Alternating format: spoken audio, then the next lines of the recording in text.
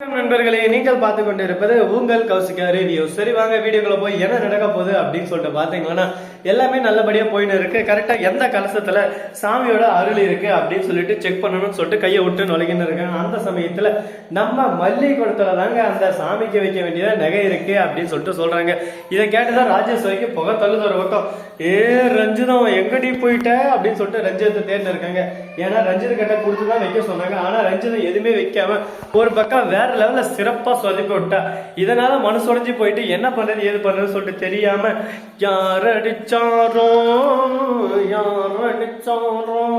அப்படின்னு சொல்லிட்டு ஃபீல் பண்ண இருக்காங்க நம்ம அளவு ராஜேஸ்வரி. சரி இப்படி எல்லாம் ஒரு பக்கம் போயிட்டு இருக்கும்போது மறுபக்கம் என்ன நடக்குதுன்னு சொல்லிட்டு பாத்தீங்கன்னா கரெக்டா அந்த கலசம் இருக்குல்ல அது எடுத்து ஊத்துறாங்க. அந்த சமயத்துல திடீர்னு நம்ம விஜய்க்கு ஆமா வெண்பா எங்க அப்படின்னு சொல்லிட்டு எல்லா பக்கமும் ஒரு பக்கம் தேடி தேடி தேடி பார்ப்போமா அப்படின்னு சொல்லிட்டு தேடுறாரு. எங்கேயுமே காணோம். டேய் வெண்பா எங்கடா போனா அப்படின்னு சொல்லிட்டு பாத்தீங்கன்னா அங்க உட்காந்து இந்த சாமியார் ஒரு வார்த்தை சொல்லியிருக்கு. உங்க அப்பா அம்மா ஒண்ணு சேரணும்னா அதுக்கு நீதான் முழுக்க முழுக்க காரணமாகணும். போயிட்டு 100 அகல் விளக்கு ஏற்றி வை அப்படின்னு சொல்லிட்டு சொல்றாங்க. உடனே எதுவுமே யோசிக்காம சரி ஓகேன்னு சொல்லிட்டு போயிட்டு விளக்க வாங்கிட்டு விளக்க ஏத்துறதுக்கு ஆரம்பிச்சிட்டாங்க. நம்ம வெண்பா குட்டி ஏத்துற அவசரத்துல அவங்க டாப்ல அதாவது போட்டுன்னு இருக்காங்கல்ல அந்த துணியில தீ பத்திட்டு இருக்குதுங்க. பின்னாடி ரொம்ப தொலைங்கிறதுனால அது கவனிக்காம அவன் பாட்டு 10 வயசு நிக்கிறா.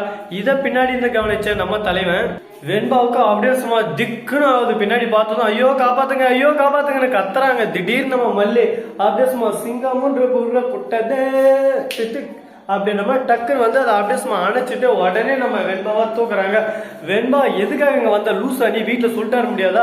யாருக்கிட்டையும் சொல்லாம உன் பாட்டுக்கு இந்த பக்கம் வந்துட்டு இருக்க அப்படின்னு சொல்லி அந்த சாமியார் உட்காந்து இருக்காங்களோ அவங்க தான் சொன்னாங்க அதுபடி நடக்குன்னு சொல்லிட்டு. அதனாலதான் நடந்துச்சு.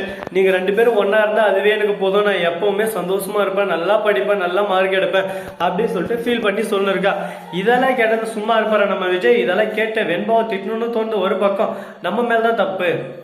மல்லியை இந்த அளவுக்கு ஒரு பக்கம் உயிரை நினைச்சுன்னு இருக்கா. நாம நேரத்துக்கு அவளை ஒதுக்கி வைக்கணும். நாம எல்லாம் குடும்பமா ஒன்னா இருந்தா அவர் ரொம்ப சந்தோஷப்படுவாள்ல அப்படின்னு சொல்லிட்டு யோசிக்க ஆரம்பிக்கிறாரு. வாயா தலைவா இப்பதான் நீ ரூட்டுக்கே வந்திருக்க வாயா அப்படின்ற மாதிரி ஒரு பக்கம் வந்துன்னு இருக்காரு. இதுக்கப்புறம் யோசிச்சு எல்லாமே நல்லபடியா பண்ணுவாரா பண்ண மாட்டாரா எல்லாமே நல்லபடியா நடக்குமா அப்படின்னு சொல்லிட்டு பார்த்தேன். எல்லாமே அந்த கடவுளோட கையில் தாங்க இருக்கு. கடவுளோட அருள் இருக்கிற வரையும் எந்த ஒரு பிரச்சனையும் நடக்காதுங்க. எல்லாமே நல்லபடியாக நடந்து முடிஞ்சிடும். சரி இப்படியெல்லாம் ஒரு பக்கம் போயிட்டு இருக்கா. மறுபக்கம் என்ன நடக்குது ஏது நடக்குது அப்படின்னு சொல்லிட்டு நீங்க தெரிஞ்சுக்கணும்னு நினைக்கிறீங்களா? நீங்க பண்ண வேண்டியது ஒரே ஒரு விஷயம் தாங்க. அது என்னடா நாங்க என்னடா பண்ணோம் அப்படின்னு சொல்லிட்டு நீங்க நல்லா குறுகுன்னு கேட்பீங்க. வேற எதுவும் இல்லைங்க.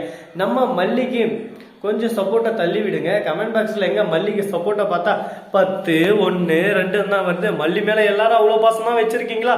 நம்ம மல்லி உயிரே வச்சுன்னு இருக்காங்க உங்க மேல.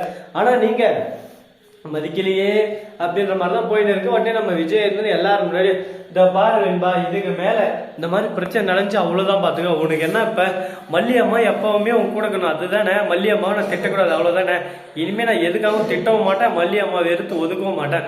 மல்லியம்மா கூடயே தான் இருப்பா அப்படின்னு சொல்லிட்டு சொல்றாங்க. இதை கேட்டதான் அப்பாடா அப்படின்னு சொல்லிட்டு ஒரு சந்தேகம். அந்த சாமி சொன்ன மாதிரியே இப்ப நடந்துச்சுங்க. ஏன்னா குடும்பத்தோட ஒன்னாதான் போக போறீங்க இங்க வந்துட்டா அப்படின்னு சொல்லிட்டு சொன்னாங்க.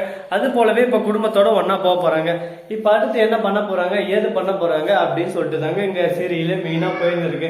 நம்ம ராஜேஸ்வரி ரஞ்சிதம் கேட்டதும் ஷாக் ஆயிடுறாங்க. ஒரு பக்கம் ஐயோ என்னடா இது அந்த சாமியார் சும்மா உட்காந்த இடத்துல நம்மளுக்கு ஆப்ப வச்சு விட்டாலே இப்ப என்ன பண்ண போறோம் ஏது பண்ண போறோம் திருப்பி உங்களை எப்படி பிரிக்க போறோம் கடவுளே நீதான் வெளிச்சத்தை காட்டணும் அப்படின்னு சொல்லிட்டு கடவுளை வேண்டின்னு இருக்காங்க. என்னதான் கடவுளை வேணாலும் நடக்கிறதாங்க நடக்கும். அதுக்குன்னு எல்லாமே மாத்தி நடந்துருமா சொல்லுங்க பார்க்கலாம். அகர முதல எழுத்து எல்லாம் ஆதி பகவன் உதற்றே உலகுன்னு சொல்லிட்டு சும்மாவா சொல்லுவாங்க பெரியவங்க.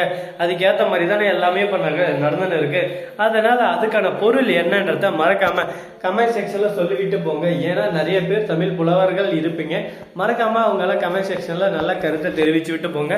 அதுக்கு முன்னாடி இந்த வீடியோ உங்களுக்கு பிடிச்சிருந்தா லைக் பண்ணுங்க, கமெண்ட் பண்ணுங்க, ஷேர் பண்ணுங்க, டிங் டிங் மேல தட்டி விட்டு போங்க. அப்பதான் நான் போற அடுத்தடுத்த வீடியோ உங்களுக்கு உடனுக்குடன் நோட்டிபிகேஷன் வந்து கொண்டே இருக்கும். மிக்க நன்றி. தேங்க்ஸ் ஃபார் வாட்சிங். Tata, see you. நன்றி, வணக்கம், வந்தனம்.